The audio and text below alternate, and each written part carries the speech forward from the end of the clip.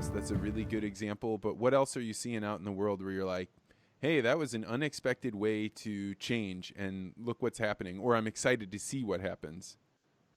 I think there's so many. There's a spa that I love going to up in Evergreen, and they have a retail delivery now. And I was like, a spa's doing retail delivery? How sweet is that?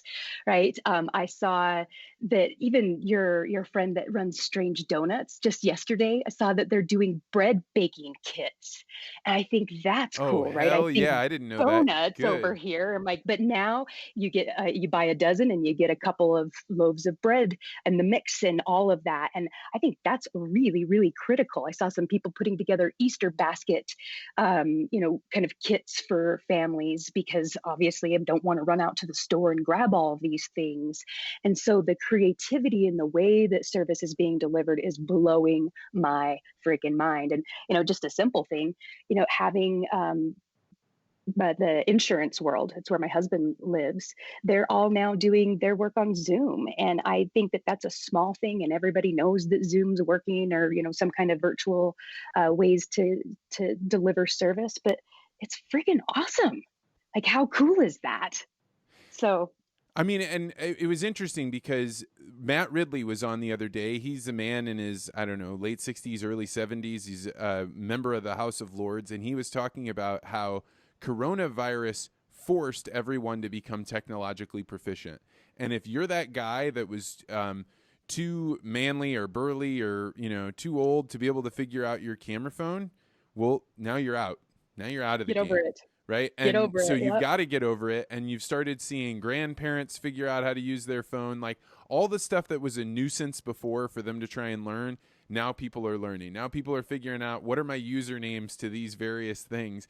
And it's interesting to see how the knock on effect of this will be because my hypothesis has been that for young kids, this virtual world is not as difficult as it is for adults. If you had dropped 18-year-old Vance into this world, back in 2000, it would have been hell on earth in my house.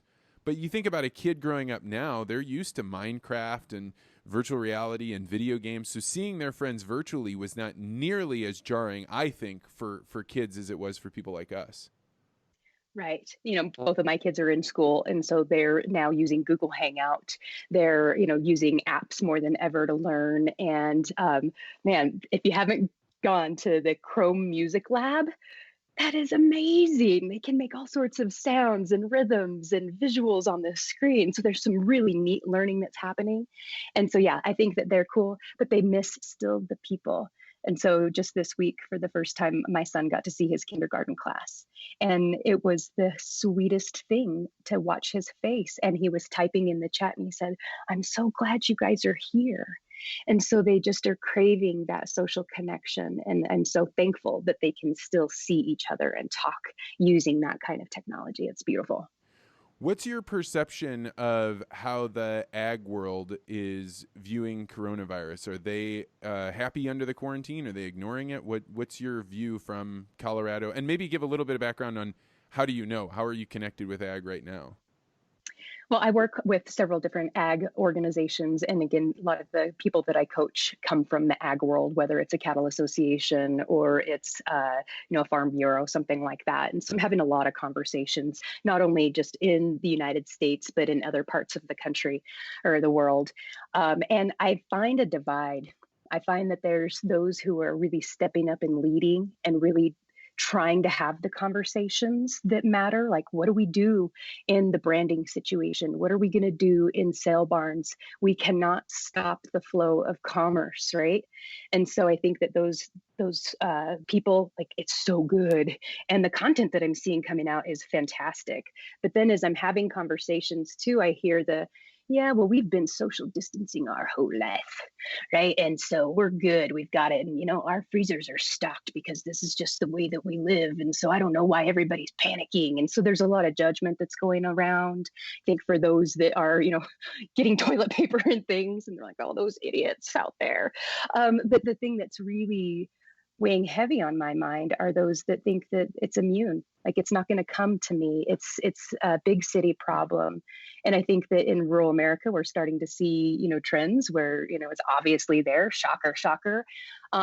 But until somebody's personally impacted, I think that some people are just like, yeah, this is a bunch of bull and we need to get back into business. And that scares me. There's, we don't want to talk about it, but we've got an older population when we talk about ag. And so I was talking with somebody from Arizona just yesterday, and she said, I was traveling and I had been out of the country.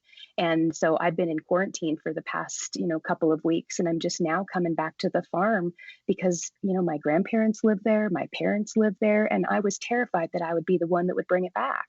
And, she said, I met some resistance and they're like, why don't you just come on over, come and give me a hug? Why are you having to do this? It's like, wow, it's a big deal. I think now that the markets are freaking out, people are maybe thinking a little bit differently, but I'm worried, Vance.